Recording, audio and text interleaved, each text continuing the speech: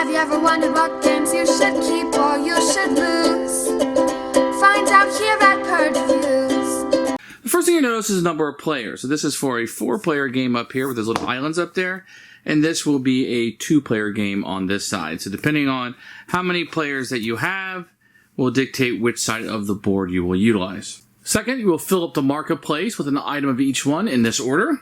Then you will shuffle the cocoa tiles and set them aside.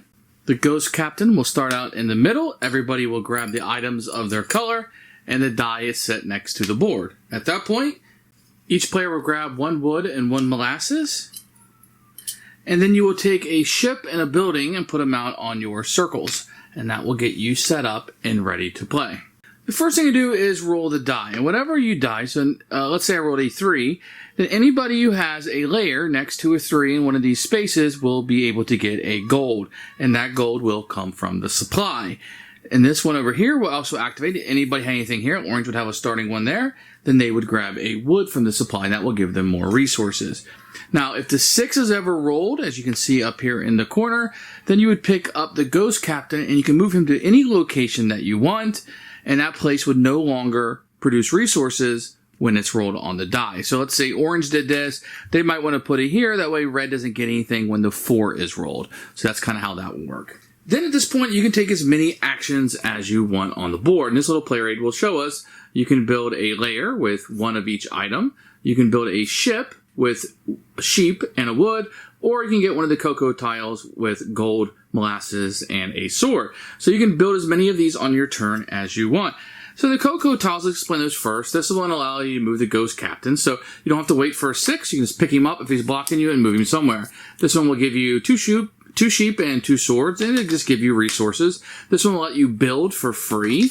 And so a lot of these will just give you resources and then repeat over and over again.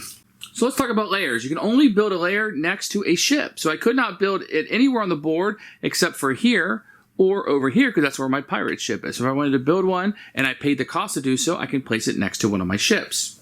Ships are the opposite. I can only build a ship next to a layer. So if I had already built that, I could not build one here because there's no layer next to it. So I could build a ship here. I could build one here, here, or here if I paid the appropriate resources. Now, if you ever have the most cocoa tiles because you've purchased the most of these, then you're able to put a layer out here in the middle of the island. That will count towards your victory. If anybody equals amounts, so if say I had 2 and somebody else had 2, then I would have to remove this, and then whoever has the most would go back in. This is a great place to get it where people are competing for it, but you can immediately have that just by buying those cocoa tiles. So another thing you do is trade. Let's say you need a resource and you don't have it. I want to trade this gold. I could trade this gold in and get a sword with the marketplace. I just take my gold, place it up there, and I take a sword. So if I went to the next player's turn, well, there's no sword up there for him to get, right? So he's not able to get a sword if he needs it, but he could definitely trade in, say, his molasses and maybe get a sheep if that's what he wants to do. Now you notice there's no sheep or sword there. But let's say I really need a sheep and there's not one up there.